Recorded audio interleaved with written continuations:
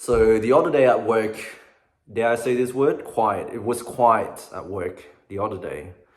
And you should never say this word because once you start saying it, your entire unit will be in chaos. There will be people being admitted to the hospital. You're going to be off your feet, running around, looking after these sick and dying patients. So never say the Q word. But it was quiet that day.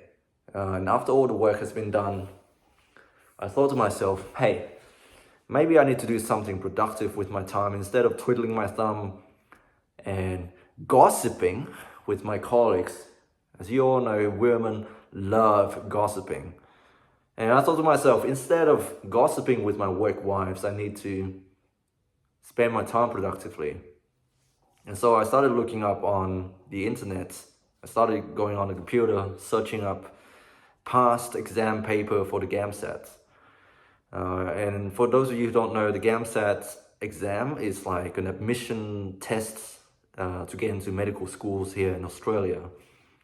And so I was looking up on Reddit, on YouTube, looking at past free exam questions, if there's any, relearning basic mathematics, biology, chemistry, physics topics. Man, I feel stupid learning these things again. I used to be good at them, but not anymore. I just feel so dumb relearning all of these. I feel so freaking dumb. I'm telling you, man. It's been years since I last touched those subjects. The last time that I looked at a physics question was in high school, which was too long ago. I'm afraid to say it. But I keep rewinding the YouTube videos to the point that my colleagues got really annoyed and they looked over my shoulder and they said, "Bob, what the hell are you doing, man?" And so I had to have that conversation with them. I told them, I'm trying to get into med school, I'm studying. And then everybody was like, why would you do that to yourself? Why are you putting all of this stress in your life, man? Why are you even studying? And then we saw the doctor running into the units, off their feet, charting, running to a code in the hospital. Do you want to do what these guys are doing? And then I thought to myself, you're damn right. I don't know why I'm doing this to myself. Now, this is a little bit off topic, but before Aaron relocated to a different city for his work that he's currently doing now, we used to go driving around the car and engaged in these pointless chit-chatting, the kind of stuff that we love doing. Aaron was telling me he went to one of my sister's lectures. By the way, my sister is studying to become a teacher, and Aaron sat in one of her lectures one time. And I already knew what went down because, Aaron, he loves asking very invasive questions and he loves making other people uncomfortable. He doesn't read the room. Sorry, bro, for throwing you under the bus, but that's who you are. Nothing against you. I love you. That's just who you are. But he attended one of my sister's lectures, and he has a lot to say about the lectures. How she was incompetent, how she doesn't know what she's talking about, how she was afraid of being herself, how she was being fake, how she was trying so hard not to offend anyone, Maybe he's right. Maybe she was like that. My sister doesn't seem to think so. My sister seems to think that she did the right thing. She needs to be professional. She needs to not be polarizing. It's about the students learning. It's not about you telling your personal problems to an entire auditorium of students trying to learn this subject about psychology.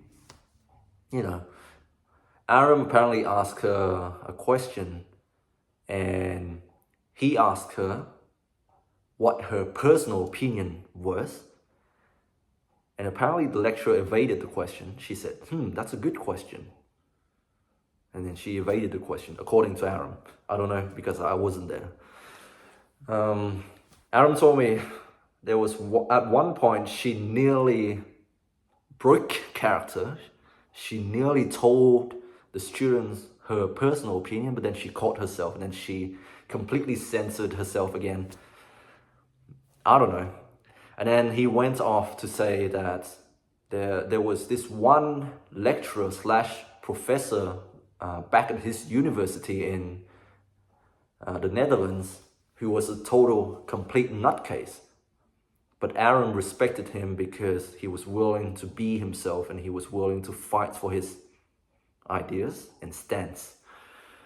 Now, for those of you who know Aaron, he thinks people who are woke, people who are vegans, Black Lives Matters, trans rights activists, liberals, those people are nutcases. And I do agree to him. I have to give him credit for that to some extent. But apparently this professor is a total nutcase because of his ideas and whatnot. But Aaron still keeps in contact with the lecturer because he respected the guy for having an opinion. But Aaron told me he was really bothered by this one quote that the guy said, and it has been stuck in his mind ever since. I asked him, why don't you talk to your professor about it? Why don't you question him about it? But anyways, I'm gonna say the quote. Apparently this lecturer said, life is like a supermarket shopping trolley. You go through life and the items on the shelves are the experiences in life. So you take what you need, you put it in the trolley, and you put back what you don't need. That's the quote. Stupid, I know, but it makes sense. Aaron doesn't think so. He said, it doesn't make any sense because you cannot just put back experiences. Once it's in the trolley, it's in the trolley. Like once you've experienced it, you experienced it. Which I do agree, but it makes sense from the sense that you take what you need, you dwell on the experiences that benefits you, and you disregard the rest. That's my understanding of it. I would have personally improved the quote by saying, then at the end you check out. You get it? Because, at the end you check out at a supermarket. But anyways, he's Dutch, so it probably doesn't work in Dutch, but in English it makes it funny, like life is like a supermarket trolley. You go through life, you take the experiences, the item on the shelf that you need, you put it in the trolley and you put back what you don't need. And at the end you check out. But yeah, back to the doctor thing. People have always said when you're a teenager that you would go through these phases. At one point I wanted to be an emo rock star. At another point I wanted to be a sponsored pro skateboarder. I would spend hours learning these tricks and I got nowhere. And now I feel like my new phase is trying to be a doctor. It's different from the other phases because I did grow out of those phases, and I did realize that I'm never gonna be a rock star. I'm never gonna be a pro skateboarder. But then in my mind, I keep thinking, what if I studied to become a doctor? It's a it's a comes and goes sort of thing. Like at some points, I really wanted to become a doctor, but now I'm not so sure anymore. And I don't want to sound really unprofessional by saying this, but the reason why I wanted to become a doctor in the first place is because throughout my career, sometimes I just feel like a complete imposter in this profession. Like I don't even know what I'm doing. And it's really alarming to say this. It's really alarming to come from, a healthcare professional, who's meant to know what the hell they're doing. Sometimes I've got to be honest here. Sometimes I don't know what the heck I'm doing. Sometimes I don't know whether I can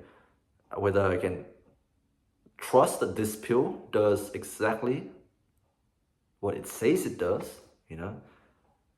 does this pill even contain the ingredients that it says on the package?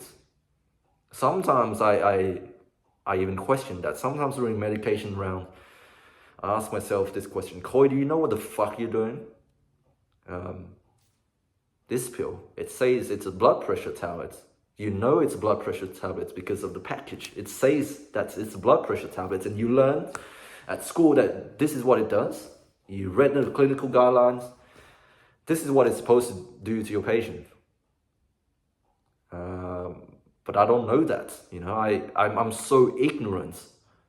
Sometimes I feel like I'm just doing things because of my superiors, my seniors, and my medical colleagues. They gave the order, you meant to do it, but I don't even know the full working of the human body, and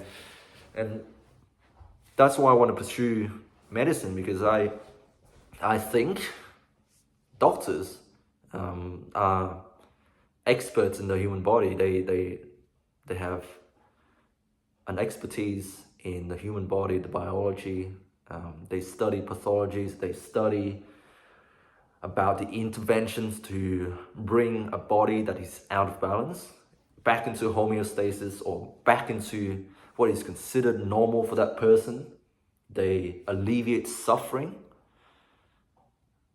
They improve the quality of life of another fellow human being, and that is really attractive to me. It's not about the money. I wanted to help people. At the core of it, I want to help people.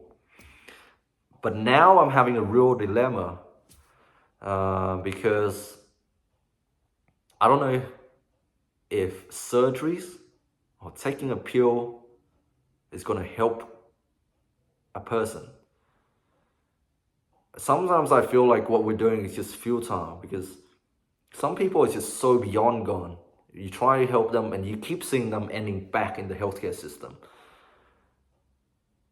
Whether it's something that we did, or whether it was something that the person themselves, they're not doing, they're not really looking after their health. They're stressing, they're consuming alcohol, they're eating junk food, they're not exercising, they're not seeing their family, they're not going out to see the sun. They don't have a good work-life balance, no sleep, whatever. I feel like reflecting back on myself, the things that have helped me, they were all free. And I did it myself. And I know I'm privileged. I know I live in a first world country. I've dealt with depression before, and I do agree that medical intervention was needed at the time of crisis. I needed that help. But then the things that actually got me better was me learning about myself and looking after my own health. It was not an outsider intervention. And it's all the things that are so freaking simple and free that people neglect to do in order to have better health, like sleeping, not being stressed, not overanalyzing stuff, having positive people in your life, having a good social network, eating a balanced diet, drink water, lift heavy ass weights. All of these things, they cost very little to no money compared to taking tablets, undergoing medical interventions, surgeries. I'm not bashing my colleagues, I'm not bashing my employer. Of course, we need medical treatments. Some people need that. But then, prevention is the key here. Why did they end up where they are right now? So, and I do agree, some people, they're just unlucky. But then a lot of these health choices are completely within your power.